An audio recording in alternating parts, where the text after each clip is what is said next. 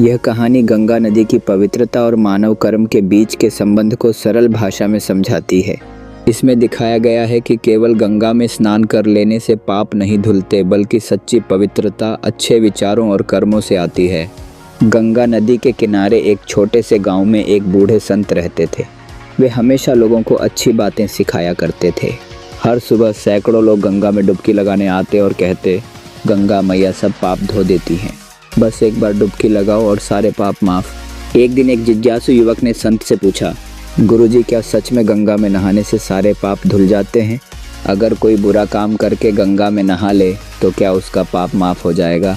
संत मुस्कुराए और बोले, बेटा, ये बात समझने के लिए मैं तुम्हें एक कहानी सुनाता हूँ। गंगा के पुत्र की कहानी। संत ने कहानी शुरू की। गंगा नदी के एक पुत्र थे जिनका नाम भीष्म पितामह था।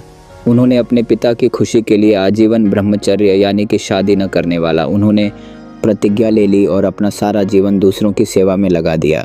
फिर भी जब महाभारत का युद्ध हुआ तो उन्हें कौरवों जो गलत थे उनका साथ देना पड़ा, क्योंकि वे उनके राज्य के प्रति वफादार थे।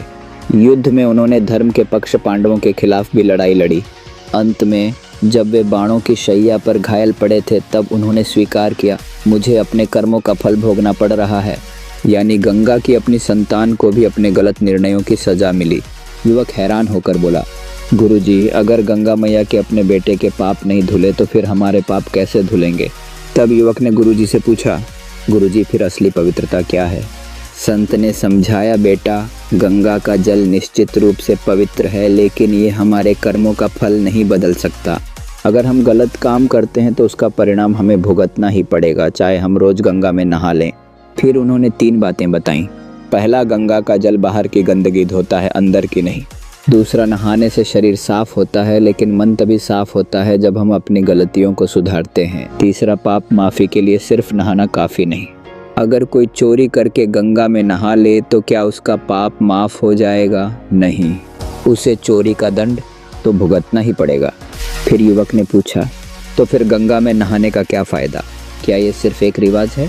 संत ने कहा, नहीं बेटा, गंगा में नहाने का बहुत महत्व है, लेकिन सिर्फ तब जब हम इसे सही नज़रिए से देखें। मन की शुद्धि के लिए प्रतीक। गंगा में डुबकी लगाते समय हम ये संकल्प ले सकते हैं कि अब मैं बुरे काम छोड़कर अच्छे रास्ते पर चलूँगा। प्रकृति का आशीर्वाद। गंगा का जल हमें ताजगी देता है, बीमारियों से बचाता है और मन को शांति देता है। आस्था और विश्वास। जो लोग श्रद्धा से गंगा में नहाते हैं उनका मन हल्का हो जाता है, क्योंकि वे अपने गुनाहों के लिए पछतावा करते हैं। तो फिर सच्चा मोक्ष कैसे पाएं? युवक ने पूछा। संत ने समझाया, अगर तुम सच में पापों से मुक्ति चाहते हो तो ये 3 काम करो। पहला, पश्चाताप करो, अपनी गलतियों को मानो और दिल से पश्चाताप। दूसरा, सुधार करो, आगे से वही गलती न दोहराओ। अगर किसी का नुकसान किया है तो उसे सही करने की कोशिश करो। तीसरा, अच्छे कर्म करो, दूसरों की मदद करो, सच बोलो और अच्छे विचार रखो। यही सच्ची गंगा स्नान की शक्ति है। कहानी की सीख, गंगा पवित्र है, लेकिन वो हमारे कर्मों का फल नहीं बदल सकती। बाहरी धर्म कर्म से ज़्यादा ज़रूरी है अंदर की सच्चाई। अगर मन साफ नहीं तो गंगा में नहाने का कोई फ़ायदा नहीं। सच्ची मुक्ति तभी मिलती है जब हम अपने कर्म सुधारते हैं।